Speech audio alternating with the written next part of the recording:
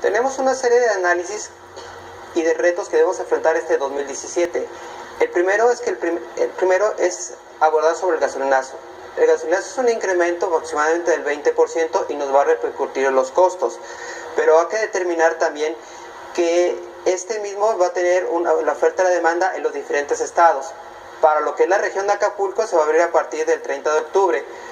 Se habla mucho de la reforma energética, pero hay que hablar también de lo que es una reforma fiscal y cómo están afectados los impuestos como el IVA y el IEPS a estos costos de la gasolina. Esa es una de las partes que vamos a reflejar cómo se va a trasladar los costos al consumidor final. También debemos analizar la paridad del peso frente al dólar. ¿Por qué la paridad del peso frente al dólar? De 2012 al 2017 el peso se ha devaluado un 55%. ¿Qué nos indica esto? Que estamos perdiendo competitividad frente a otros mundos, frente a otros países. Eso implica que tenemos una gran inestabilidad.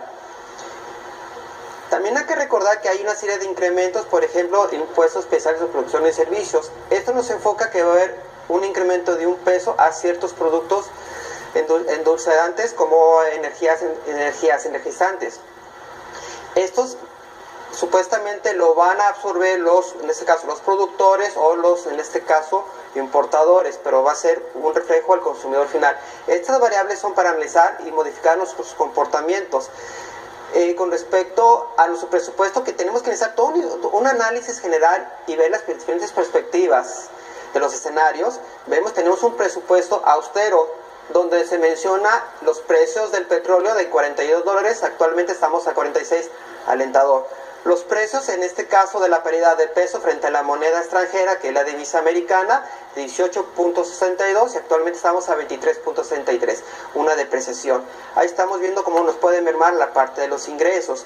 Pero hay puntos importantes a analizar. Los puntos importantes es que las remesas, que es el envío de dinero de Estados Unidos, de los connacionales a México, se incrementaron básicamente un 5%, que nos reflejan aproximadamente más de $24,000 millones. Eso es un flujo interesante que se debe destinar a la inversión con ciertos canales. Y tenemos ciertas protecciones de las reservas internacionales en más de $176,000 millones. A finales del 30 de diciembre. A finales del 30 de diciembre del 2015 teníamos 194,000. ¿A qué se debe esta pérdida de 17,000 millones de dólares? Se debe básicamente a esa disparidad que hemos tenido de la apreciación del peso frente al dólar. Y algo muy importante a analizar, la gran debilidad que tenemos frente al extranjero. ¿Cuál es esa gran debilidad? El año pasado estuvimos con el Jesús en la boca con las elecciones de Estados Unidos. Estas elecciones de Estados Unidos nos generaron grandes incertidumbres. Actualmente ya no hubo un proyecto de inversión en San Luis Potosí de una empresa que se llama Ford, de $1,600 millones. Pero el presidente electo de este país, de Estados Unidos, es un hombre de negocios que va a ver la forma de fortalecer su país.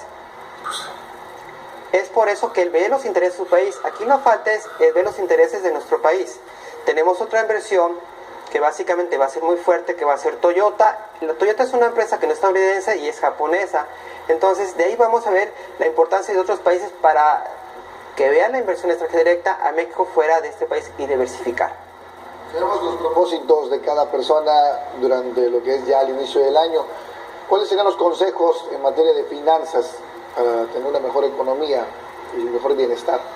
La parte micro, que corresponde a las empresas, a las familias, a los individuos, debe estar integrada a un cambio sustancial en su comportamiento de compra, donde no deben dejar las pautas conductuales, que son las de imitación, las pautas en este caso emocionales, y generar más pautas cognitivas o de conocimiento. ¿Cuáles son? Debemos de generar 4 puntos. 1, un control de gastos que nos genere un sistema para disminuir las deudas. 2, importante, determinar nuestro presupuesto, empezar a generar esas constancias. 3, empezar a determinar hábitos, la palabra es hábitos de ahorro. El ahorro nos podrá determinar captar dinero. Y el punto número 4, importante, de crecimiento, yo comentaría de creatividad, es generar diversificación sobre el ingreso. Son las pautas para poder generar una reactivación del mercado interno, partiendo desde la cédula importante que es la familia, los individuos, en términos de decisiones financieras más importantes. Mucho se habla del gasolinazo, el aumento que se dio a partir del 1 de enero. Esta situación ha repercutido en algunas, sobre todo en la canasta básica. ¿Hay algún todavía otro aumento que se pudiera generar cuando la gente piensa nada más en transporte, en los consumos alimenticios? ¿Se pueden generar más aumentos con esta gasolina que se está dando cada mes? La gasolina es uno de los costos principales en la distribución y consumo para hacer llegar los bienes y servicios. Por lo tanto, se va a reflejar en la medida en las diferentes regiones. Hay que recordar que va a haber un libre albedrío o la oferta y la demanda en las regiones. Para Acapulco estamos comentando que se va a partir de septiembre, octubre. Ya amanecimos el 1 de enero con un incremento. Sí se va a reflejar en la canasta básica porque aquel incremento de 7 pesos ya fue totalmente evaporado por esos incrementos de la gasolina. Ahora, otros, ¿qué es lo que puede afectar la gasolina? Como hemos comentado, podemos hablar de la reforma energética, pero tenemos que hablar, en este caso, de las partes de la impositiva, es decir, los impuestos, cómo le está afectando el IVA y cómo está afectando el IEPS. Y hablando del IEPS, también hay un incremento, y estamos hablando a ciertos productos derivados de la leche, como los endulzantes. Eso es lo que nos puede estar afectando. Muchas gracias, Saúl. Esperamos más temas interesantes, sobre todo lo que está generando pues este aumento de la gasolina y sobre todo también ya la llegada de Donald Trump el 20 de enero. Así que vamos a esperar a ver cómo le va a ir a México, ¿no? Es interesante la llegada de otro, pero es más interesante las pautas que estamos haciendo nosotros para crecer y disminuir esa dependencia frente al exterior.